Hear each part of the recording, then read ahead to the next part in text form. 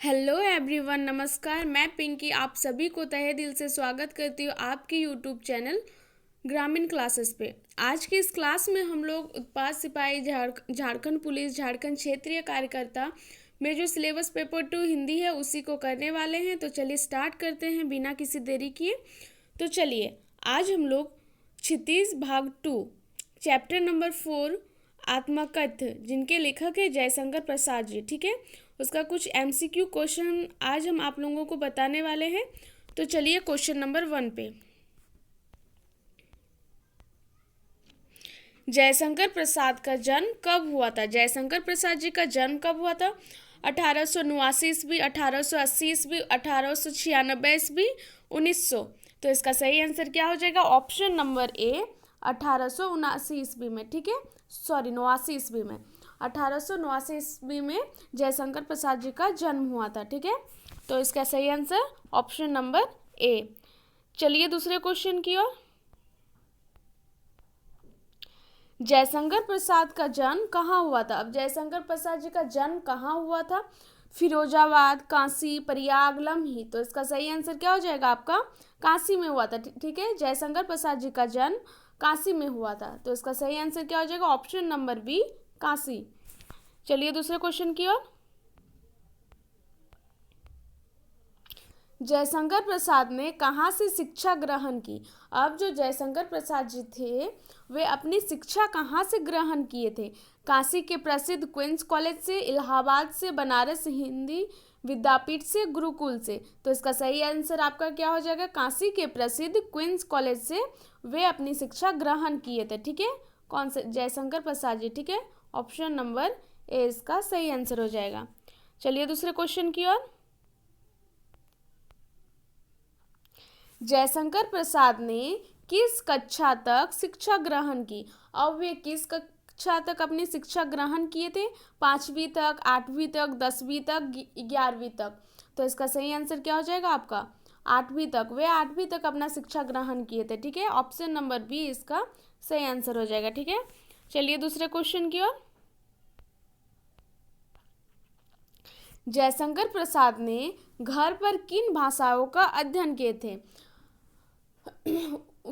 Sorry अध्ययन किया, ठीक है। तो इसका सही आंसर क्या हो जाए? नहीं सॉरी, संस्कृत, हिंदी, फारसी, ये सभी। तो वे किन भाषाओं का अध्ययन किया? तो संस्कृत, हिंदी, फारसी तीनों किए थे। तो इसका सही आंसर आपका क्या हो जाएगा? ये सभी। ऑप्शन नंबर डी इसका सही आंसर हो जाएगा, ठीक है। चलिए दूसरे क्वेश्चन की ओर।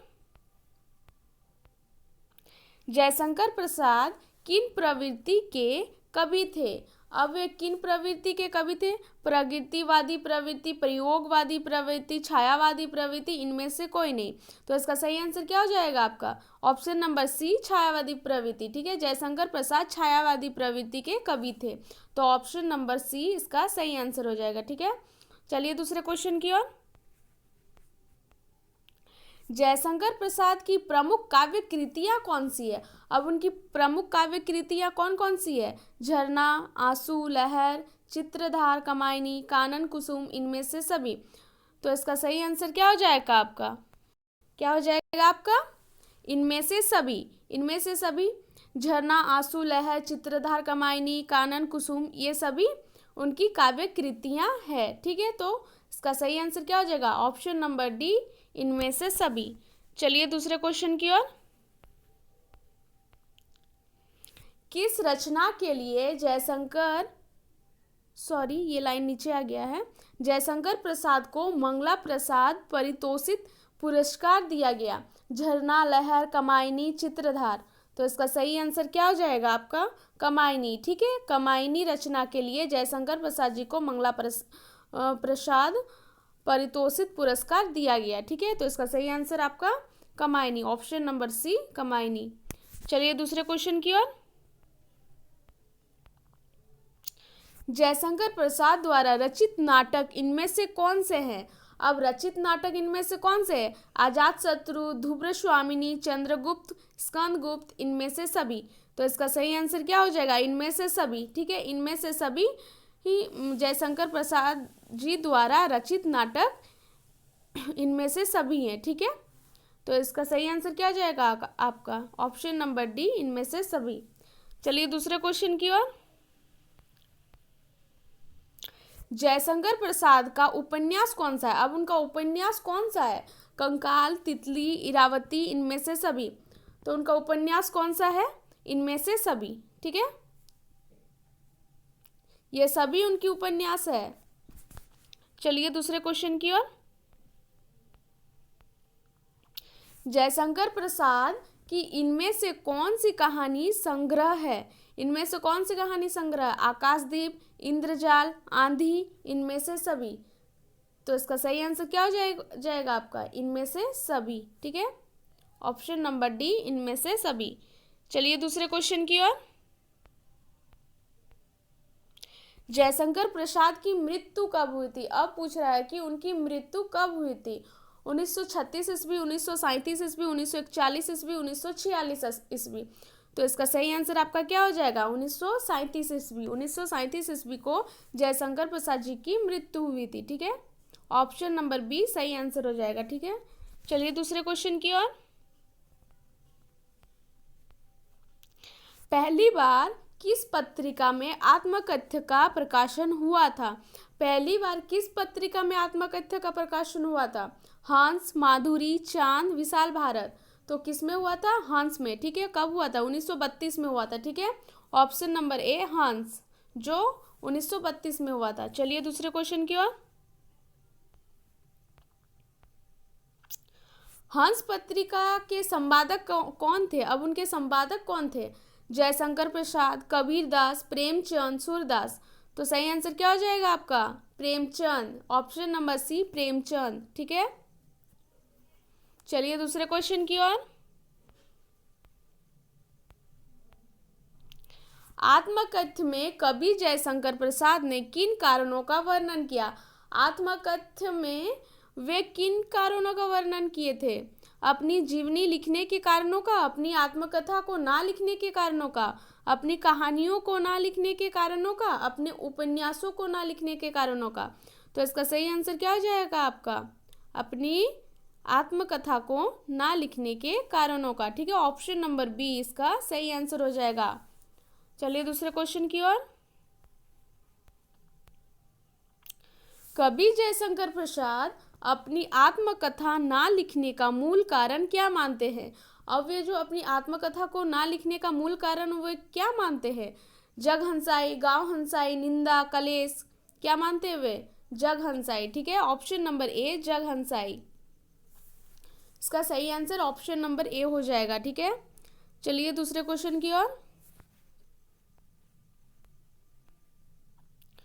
प्रथम पद में मन की तुलना किससे की गई है? अब जयशंकर प्रसाद जी प्रथम पद में मन की तुलना किससे की गई है?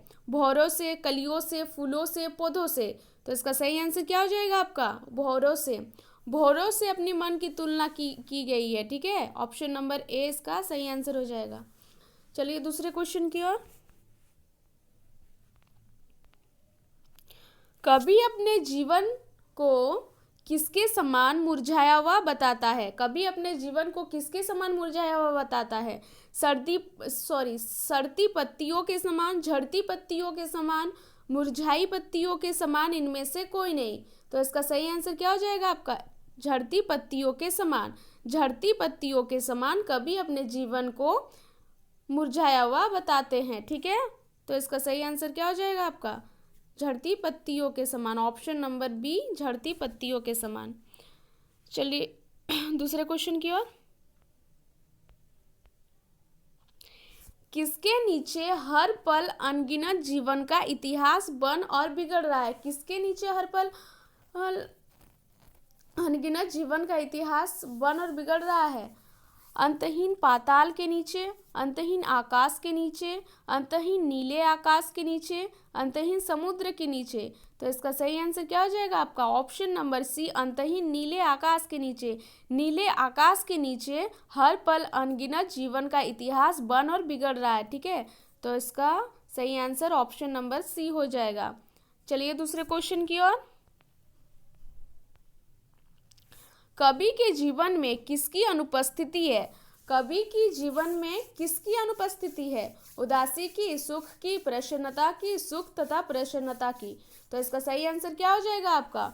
ऑप्शन नंबर डी, सुख तथा प्रसन्नता की। सुख तथा प्रसन्नता की कवि के जीवन में अनुपस्थिति है। ठीक है, तो इसका सही आंसर ऑप्शन नंबर डी हो जाएगा।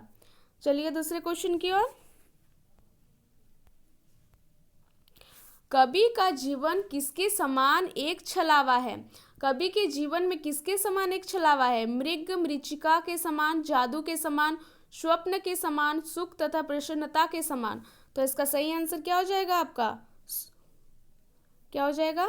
स्वप्न के समान। ठीक है, स्वप्न के समान कवि का जीवन एक छलावा है। ठीक है, ऑप्शन नंबर सी इसका सही आंसर हो जाएगा। चलिए दूसरे क्वेश्चन की ओर। कवि ने अपनी प्रायसी के गालों की तुलना किससे की है? अपनी प्रायसी की गालों की तुलना किससे की है? भोर की लालिमा से, कलियों से, फूलों से, कलियों पर मंडराते भोरों से। तो इसका सही आंसर क्या हो जाएगा आपका? भोर की लालिमा से। ठीक है, भोर की लालिमा से कवि अपने प्रायसी के गालों की तुलना किए हैं। तो ऑप्शन नंबर ए इसका सही आंसर हो जाएगा। ठीक है, चलिए दूसरे क्वेश्चन की ओर। अंत में कवि ने अपनी व्यथा को कैसे बताया है? अंत में कवि ने अपनी व्यथा को कैसे बताया है? स्वप्न से, मौन से, दुखों से, सुख से। तो इसका सही आंसर क्या हो जाएगा आपका? मौन से। ठीक है, ऑप्शन नंबर बी, मौन से। मौन से अपने व्यथा को बताया है। चलिए दूसरे क्वेश्चन की ओर।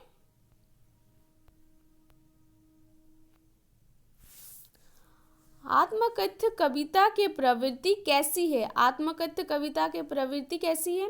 प्रगतिवादी, छायावादी, प्रयोगवादी, प्रगतिशीलवादी। तो इसका सही आंसर क्या हो जाएगा आपका? छायावादी। ऑप्शन नंबर सी, छायावादी। चलिए दूसरे क्वेश्चन की ओर। आत्मकथ्य किस कवि की कविता है? आत्मकथ्य किस कविता की कविता है? निराला, मंगलेश डबराल, जयशंकर प्रसाद, गिरिजा कुमार माथुर। तो इसका सही आंसर क्या हो जाएगा? ऑप्शन नंबर सी, जयशंकर प्रसाद।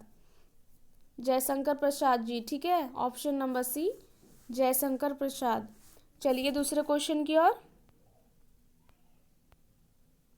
जयशंकर प्रसाद ने घर पर किसकी शिक्षा प्राप्त की? अब जयशंकर प्रसाद ने घर पर किसकी शिक्षा प्राप्त की? ये क्वेश्चन हम पहले भी रिपीट किए हैं, पहले भी बोले हैं, सॉरी। वे घर में किसकी शिक्षा प्राप्त किए थे? पाली, हिंदी, संस्कृत, संस्कृत हिंदी फारसी, उर्दू फारसी हिंदी, संस्कृत उर्दू फारसी। तो किसकी शिक्षा प्राप्त किए थे घर पे? संस्कृत, हिंदी और फारसी। ठीक है, ऑप्शन नंबर बी इसका सही आंसर हो जाएगा। चलिए दूसरे क्वेश्चन की ओर। जयशंकर प्रसाद किस काव्य विद्या के कवि थे? जयशंकर प्रसाद जी किस काव्य विद्या के कवि थे? भाववादी, छायावादी, प्रकृतिवादी, निर्मलवादी। तो इसका सही आंसर क्या हो जाएगा आपका? ऑप्शन नंबर बी, छायावादी। ठीक है, जयशंकर प्रसाद जी छायावादी काव्य विद्या के कवि थे। ऑप्शन नंबर बी इसका सही आंसर हो जाएगा। चलिए दूसरे क्वेश्चन की ओर। जयशंकर प्रसाद की गहरी रुचि किसमें थी? अब जयशंकर पूछ रहा है कि जयशंकर प्रसाद जी की गहरी रुचि किसमें थी? शहरी और दर्शन, ग्रामीण और दर्शन, इतिहास और दर्शन, शहरी और ग्रामीण।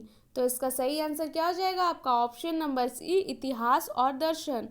जयशंकर प्रसाद जी की गहरी रुचि इतिहास और दर्शन में थी। ठीक है, ऑप्शन नंबर सी इसका सही आंसर हो जाएगा। चलिए दूसरे क्वेश्चन की ओर। जयशंकर प्रसाद की प्रमुख कहानी संग्रह है। प्रमुख कहानी संग्रह है आकाशदीप, आंधी, शिरीष के फूल, नमक, इंद्रजाल, दीपशिखा, आंधी, कर्मभूमि। तो इसका सही आंसर क्या हो जाएगा आपका? आकाशदीप, आंधी। ऑप्शन नंबर ए, आकाशदीप, आंधी इसका सही आंसर हो जाएगा। चलिए दूसरे क्वेश्चन की ओर। जयशंकर प्रसाद के प्रमुख उपन्यास कौन सा नहीं है? अब पूछ रहा है कि जयशंकर प्रसाद जी का प्रमुख उपन्यास कौन सा नहीं है? ठीक है, यहाँ पे ध्यान दीजिएगा, कौन सा नहीं है पूछ रहा है। गबन गीतिका, इरावती लहर, तितली इरावती, झरना लहर। तो इरावती लहर, तितली इरावती, झरना लहर, ये क्या है? जयशंकर प्रसाद जी की प्रमुख उपन्यास है। पूछ रहा है कौन सा नहीं है, तो इसमें से कौन सा नहीं है? गबन और गीतिका नहीं है, तो इसका सही आंसर क्या हो जाएगा? ऑप्शन नंबर ए, गबन गीतिका। ठीक है, चलिए दूसरे क्वेश्चन की ओर। आत्मकथ्य कविता में मधुप का प्रयोग कवि ने किसके लिए किया है? आत्मकथ्य कविता में मधुप का प्रयोग कवि ने किसके लिए किया है? भौरे के लिए, अपने मन के लिए, विचलित व्यक्ति के लिए, चंचल व्यक्ति के लिए। तो किसके लिए? अपने मन के लिए। ठीक है, अपने मन के लिए किया है, तो ऑप्शन नंबर बी इसका सही आंसर हो जाएगा। चलिए दूसरे क्वेश्चन की ओर। आत्मकथ्य कविता की भाषा शैली कैसी है? आत्मकथ्य कविता की भाषा शैली कैसी है? वर्णनात्मक शैली, विवेचनात्मक शैली, आत्मकथनात्मक एवं छायावादी शैली, इनमें से कोई नहीं। तो इसका सही आंसर क्या हो जाएगा? ऑप्शन नंबर सी, आत्मकथनात्मक एवं छायावादी शैली। ऑप्शन नंबर सी इसका सही आंसर हो जाएगा। चलिए दूसरे क्वेश्चन की ओर। रीति गागर का प्रतीकार्थ क्या है? रीति गागर का प्रतीकार्थ पूछ रहा है, क्या है? खाली घड़ा, विचार शून्य मन, अपशकुन का प्रतीक, अभावग्रस्त जीवन का प्रतीक। तो इसका सही आंसर क्या हो जाएगा आपका? अभावग्रस्त जीवन का प्रतीक। रीति गागर का प्रतीकार्थ है अभावग्रस्त जीवन का प्रतीक। ऑप्शन नंबर डी सही आंसर हो जाएगा। चलिए दूसरे क्वेश्चन की ओर। आत्मकथ्य कविता की भाषा कैसी है? आत्मकथ्य कविता की भाषा कैसी है पूछ रहा है, भाषा। तो प्रतीकात्मक, संस्कृत निष्ठ, गूढ़, उपयुक्त, सभी। तो इसका सही आंसर क्या हो जाएगा? उपयुक्त सभी। ऑप्शन नंबर डी इसका सही आंसर हो जाएगा। चलिए दूसरे क्वेश्चन की ओर। पत्तियों का मुरझाना किस ओर संकेत करता है? पत्तियों का मुरझाना किस ओर संकेत करता है? सूखे की ओर, पेड़ के सूखने की ओर, मन में उत्पन्न दुख और आनंद के भावों को मिट जाने की ओर, मृत्यु की ओर। तो इसका सही आंसर क्या हो जाएगा? मन में उत्पन्न दुख और आनंद के भावों को मिट जाने की ओर संकेत करता है। ठीक है, पत्तियों का मुरझाना उसी ओर संकेत करता है। तो इसका सही आंसर क्या हो जाएगा? Option number C. ठीक है, चलिए दूसरे क्वेश्चन की ओर। कवि ने असंख्य जीवन इतिहास किसे कहा है? कवि ने असंख्य जीवन इतिहास किसे कहा है? मानव मन के में उत्पन्न विचार, महापुरुषों की दास्तान, इतिहास के अनेक ग्रंथ, इनमें से कोई नहीं। तो इसका सही आंसर क्या हो जाएगा? मानव मन में उत्पन्न विचार। कवि ने असंख्य जीवन का इतिहास मानव मन में उत्पन्न विचार को कहा है। ठीक है, ऑप्शन नंबर ए इसका सही आंसर हो जाएगा। चलिए दूसरे क्वेश्चन की ओर। विडंबना में छिपा अर्थ बताइए। विडंबना में छिपा अर्थ बताने बोल रहा है, तो क्या अर्थ होगा उसका? दुर्भाग्य, निराशा और उपहास दोनों, छल, कातर। तो इसका सही आंसर क्या हो जाएगा आपका? ऑप्शन नंबर बी, निराशा और उपहास दोनों। ठीक है, ऑप्शन नंबर बी इसका सही आंसर हो जाएगा। चलिए दूसरे क्वेश्चन की ओर। सीवन को अधेड़ने का अर्थ क्या है? सीवन को उधेड़ने का अर्थ क्या है? हृदय को चीरकर दिखाना, दिल को ठेस पहुंचाना, मन में छिपी पुरानी बातों को फिर से याद करना, दूध का दूध, पानी का पानी कर देना। तो इसका सही आंसर क्या होगा? मन में छिपी पुरानी बातों को फिर से याद करना। सीवन को अधेड़ने का अर्थ होता है आपका मन में छिपी पुरानी बातों को फिर से याद करना। ऑप्शन नंबर सी इसका सही आंसर हो जाएगा। चलिए दूसरे क्वेश्चन की ओर। कवि की मौन व्यथा हृदय में क्या कर रही है? कवि की मौन व्यथा हृदय में क्या कर रही है? थक कर सो रही है, हृदय को पीड़ित कर रही है, किसी भूचाल की प्रतीक्षा कर रही है, जागने का इंतजार कर रही है। तो इसका सही आंसर क्या हो जाएगा आपका? थक कर सो रही है। कवि की मौन व्यथा हृदय में थक कर सो रही है। ठीक है, इसका सही आंसर क्या हो जाएगा आपका? ऑप्शन नंबर ए, थक कर सो रही है। तो चलिए आज का वीडियो यहीं ख़त्म होता है। अगर आप लोगों को मेरा वीडियो अच्छा लगे तो लाइक, सब्सक्राइब एंड कमेंट जरूर करें। धन्यवाद।